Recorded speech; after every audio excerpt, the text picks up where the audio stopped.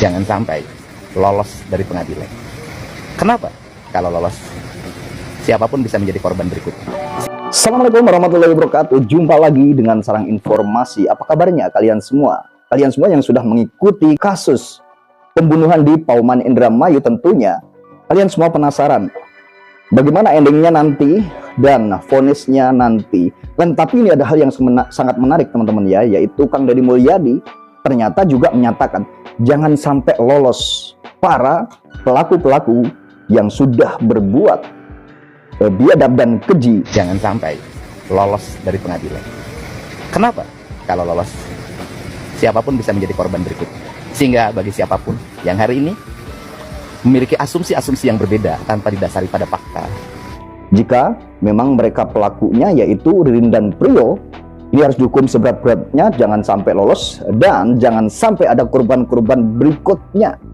Ya karena kalau kita melihat kesadisan-kesadisan dari beberapa terduga pelaku ini sungguh tidak manusiawi sama sekali ya.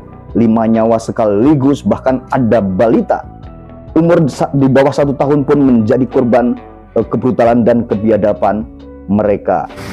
Mari kita bersikap objektif bahwa kejahatan ya kejahatan, kebiadaban adalah kebiadaban. Drama apapun yang dibuat, kebiadaban tidak akan bisa ditutup. Untuk itu, mari kita bersama-sama menunggu jalannya sidang pengadilan, dan saya meyakini hakim akan mengambil vonis sesuai dengan perbuatan pelaku. Saya ucapkan terima kasih pada semuanya. Jaga diri, jaga keluarga, dan jaga lingkungan. Karena seringkali bahaya mengintai kita semua. Dan sebelumnya, Bang Tony RM sangat meyakini bahwa Ririn ini tidak bersalah dan ada pelaku lain yaitu Aman Yani, dan banyak sekali yang menanyakan sebenarnya keberadaan Aman Yani ini di mana. Ini masih menjadi teka-teki ya, karena yang tahu semua sebenarnya adalah Ririn. Tidak ada lain selain Ririn. Karena Ririn yang bisa menguasai beberapa dokumen, di antaranya yaitu KTP, buku tabungan, kartu keluarga, itu Ririn yang mengetahui. Bahkan dokumen tersebut bisa untuk mencairkan dana pensiun milik Aman Yani. Ini yang menjadi sebuah teka-teki yang masih tertutup, dan ini memang harus terbongkar dan terungkap semuanya.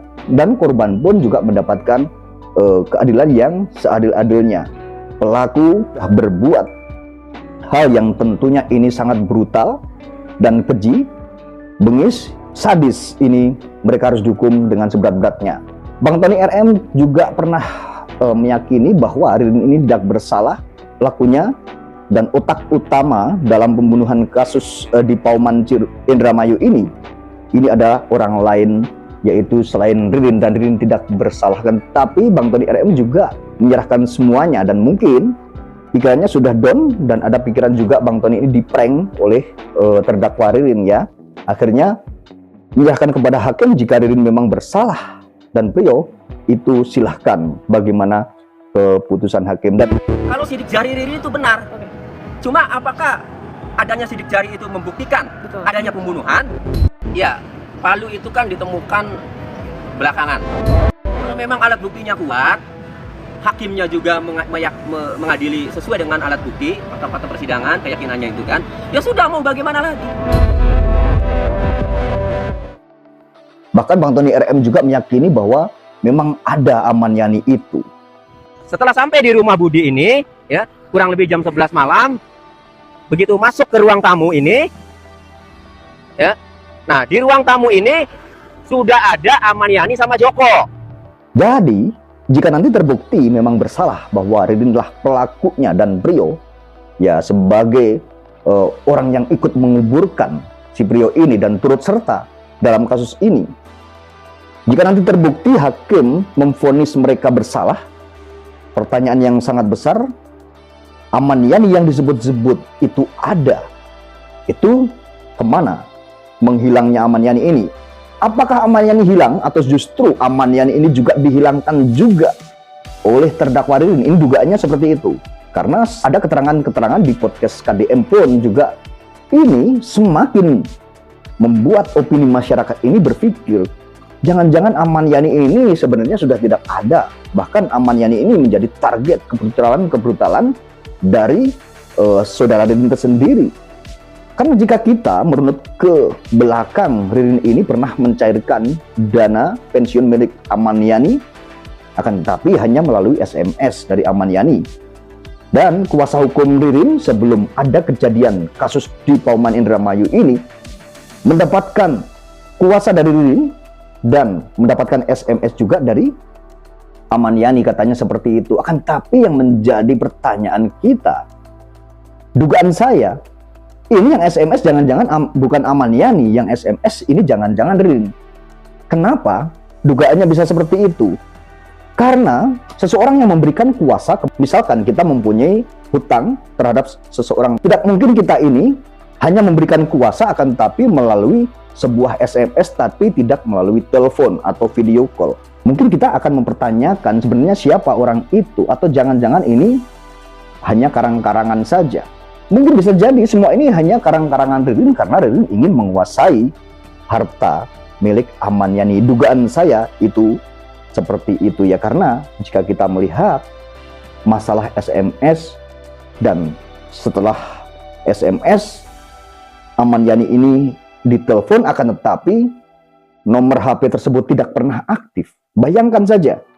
Jadi kadang alasannya dari Ririn sendiri mengatakan Pak Ahmad Yani ini tidak bisa dihubungi karena dia sibuk. Ini sangat tidak masuk akal dan tidak masuk di dalam logika berpikir yang sederhana saya. Jangan-jangan Ahmad Yani ini memang sudah tiada.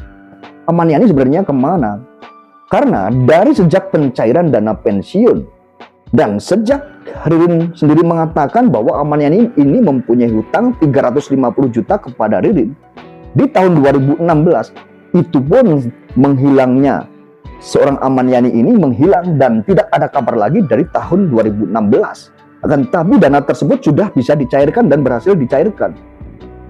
Dan di samping itu yang menjadi aneh, dana dicairkan akan tetapi bukan Ahmad Yani sendiri yang mencairkan, akan tetapi Ririn sendiri yang mencairkan dana tersebut, dan dokumen tersebut bisa dikuasai oleh terdakwa Ririn. Pertanyaannya, bagaimana caranya Ririn mendapatkan dokumen-dokumen dari Ahmad Yani seperti KTP, kartu keluarga, buku tabungan?